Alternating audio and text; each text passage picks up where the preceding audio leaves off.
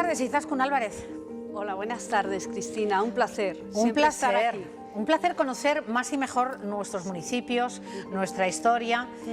Nos llevas hoy hasta León, a Sahagún. A Sahagún, una ciudad muy importante en el periodo medieval y posteriormente, y bueno, donde nació una de las figuras liminares de la historia de Castilla y León, que es Bernardino de Sahagún, nacido Ribera, pero era habitual que recibiesen los frailes, la gente que hacía algún tipo de hazañas de algún tipo, el nombre del lugar en el que había nacido, y por eso es conocido por todos como Bernardino de Sahagún, Bernardo de Sahagún, Bernardino de Sahagún. Oye, yo antes les decía a los telespectadores, presentando a este personaje, que ha sido sobresaliente, relevante e importantísimo. Un excelente investigador, un hombre con una metodología extraordinaria que consiguió con una obra, escribió muchas obras, pero con una obra que se llama La Historia General de las Cosas de Nueva España, pues la primera aproximación etnográfica al mundo americano.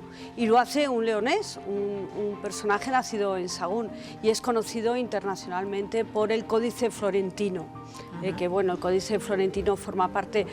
la Historia General de Nueva España tuvo varias versiones, pero el llamado Códice Florentino se conoce porque es una de las versiones, eran 4 volúmenes, quedaron en 3, pero se conserva en la Biblioteca Medicea de Florencia. Y de ahí que recibe el nombre de Códice, ¿no?, Florentino. Pero la importancia de este personaje del que nos vas a hablar hoy radica en ser un poco el pater. Sí, exactamente. El padre de la etnografía y de la antropología. Porque bueno, él vive mucho tiempo, porque nace en 1499, a finales del siglo XV, y muere con 91 años, ya prácticamente pues todo el siglo. Pues sí, muy, para la muy época longevo, sí, muy ¿no?, anciano.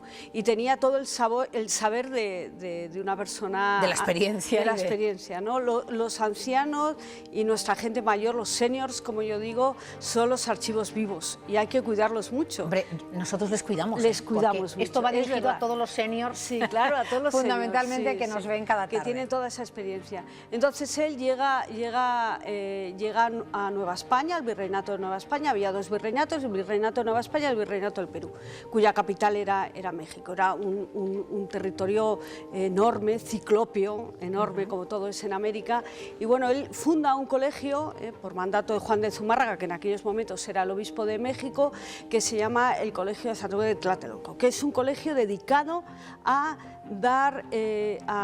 enseñar a la élite indígena, Es además un colegio que lo que pretende es que esa élite indígena conozca todos los métodos de administración colonial y poder luego ayudar a sus padres y en sus pueblos para poder organizar esas repúblicas de indios, ¿no? Fíjate qué colonización, que sí, lo hemos hablado semanas atrás, donde entonces, se compartía los conocimientos. En este caso la élite indígena es reconocida por las autoridades coloniales y se les empieza a formar. Y entonces lo que hace Bernardino de Sahagún es aprender perfectamente el náhuatl, que es la lengua que hablan el grupo del altiplano, es un grupo muy importante de etnias indígenas, de Anahuac, la antigua Anahuac, y aprenden náhuatl. Esos grupos nahuas hablaban náhuatl, son distintos. Entonces, él aprende, uno de los requisitos fundamentales para un buen antropólogo es conocer la lengua. Pues él lo hace, conoce la lengua, llega a dominar, son las personas... Me imagino que no sería nada fácil. Nada fácil, a escribir, es decir, pasar una lengua que era oral a escrita, hace gramática, sermonarios, evangelios, se hace una labor de registro de las palabras a partir además de informantes. Los antropólogos, cuando se hace una aproximación etnográfica, hay que aprender la lengua, pero luego también contrastar tus fuentes y tus informantes. Y él tiene una serie de informantes. Claro, ¿y cómo contrastaba? Claro, contrastaba pues contrastando versiones de un informante, de otro, de una persona, de un anciano, iba contrastando las versiones. O sea, hace una labor metodológica excepcional. Pero lo más importante que hace Bernardino de Sahagún es... Perdona, ¿y la hacía solo? ¿La hizo solo? Sí, bueno, él recibe estos informantes, la escribe, pero se ayuda de aquellos escribanos que lo que hacían era códices en la época prehispánica, con la técnica, ilustra su historia. El Códice Florentino es una historia al náhuatl, hay partes del náhuatl en español, en castellano y en latín, y lo que hace él es ilustrar esa historia. Es la primera historia o enciclopedia ilustrada de la Nueva España. Es impresionante, es una fuente... ¿Tú las Sí, yo la he... actualmente se puede consultar, está digitalizada. El otro día hablábamos de la Biblioteca de Castilla y León, la Biblioteca Digital de Castilla y León. Aquí está la Biblioteca Digital Mundial, que es una obra, bueno, una herramienta excepcional y la podemos descargar entera. Y es una obra de primera, lo consideramos una obra de una primera fuente para poder estudiar y reconstruir el pasado mexica. Y él lo que hace es utilizar esos tlacuyos, que son la gente que hacía los códices, utiliza su técnica para ilustrar su obra. Y es excepcional. Y además lo que hace es a todos aquellos que no saben bien dibujar, los descarta, busca la excelencia. Bernardino de Sahagún es, yo creo, que el primer investigador con una metodología en América, una metodología casi científica. Y lo debemos conocer. Y todo eso va ya con ello aprendido, con la idea de ponerse a trabajar y a realizarla como tú estás contando, o allí se encuentra...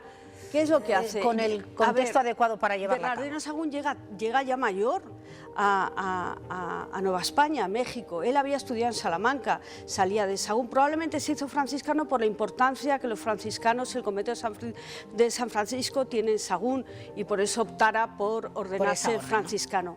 Pero él estudia en Salamanca y estudia cánones, estudia teología. Es decir, es un fraile letrado, muy letrado. Además de latín y español.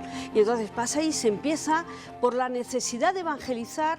Él necesita conocer la lengua náhuatl, como casi todos los frailes que llegan a América. Para poder evangelizar y enseñar el catecismo es necesario saber una lengua originaria. Y son además los frailes los primeros en hacer vocabularios y gramáticas. Tenemos gramáticas de lenguas ya extintas en América que las hicieron los frailes. O sea que hay lenguas que no se hablan, pero sí tenemos la gramática.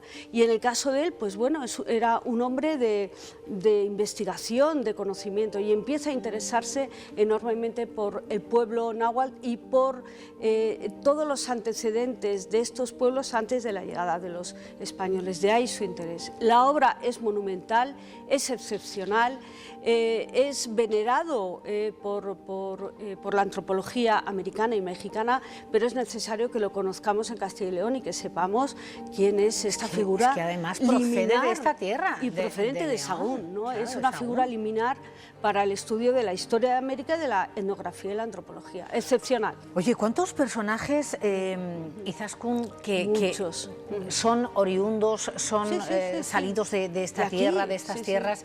Y tenemos decenas de personajes. Pero además con una importancia... clarísima, ¿no? Y evidente. Y que su obra es reconocida al día de hoy y utilizada, es una fuente primaria, ¿no? para nosotros, para los investigadores. Y hay que ponerlas en valor, porque son científicos del siglo XVI. Pero en este caso estamos con académicos, como es tu caso, con investigadores, con catedráticos, pero estaría bien que los castellanos y leoneses, al menos, sería bueno que todos los españoles, ¿no? Pero al menos los castellanos y leoneses, porque en Sahagún sí que le conocen, ¿no? Sí. Yo creo que ahora, bueno, cuando las cosas cambien, invito a todos, como siempre hacemos, a todos los castellanos y leoneses para que vayan a Sahagún, para que visiten el monasterio Real de San Benito, el monasterio franciscano, donde está ahora el santuario de la Peregrina, que vayan a Sahagún, que pueblen, que es esa palabra que nos gusta mucho, y que cada vez que pueblen intenten buscar qué personajes importantes o qué personajes relevantes había en esos pueblos que visitan, ¿no? Tenemos que estar orgullosos de todos estos, de todas estas figuras que hicieron una labor extraordinaria. Ímproba, sin duda. Bueno, desde aquí saludamos Izaskun, ¿no? A la alcaldesa, en este caso de Sahagún. A Paula Conde, le saludamos y esperamos que... Le mandamos un fuerte abrazo. Hoy hablamos de Bernardino de Sahagún, que era un personaje pero que muy importante, que era leones. Gracias, Izaskun. Muchas gracias, un placer, Cristina. Pues un placer, efectivamente.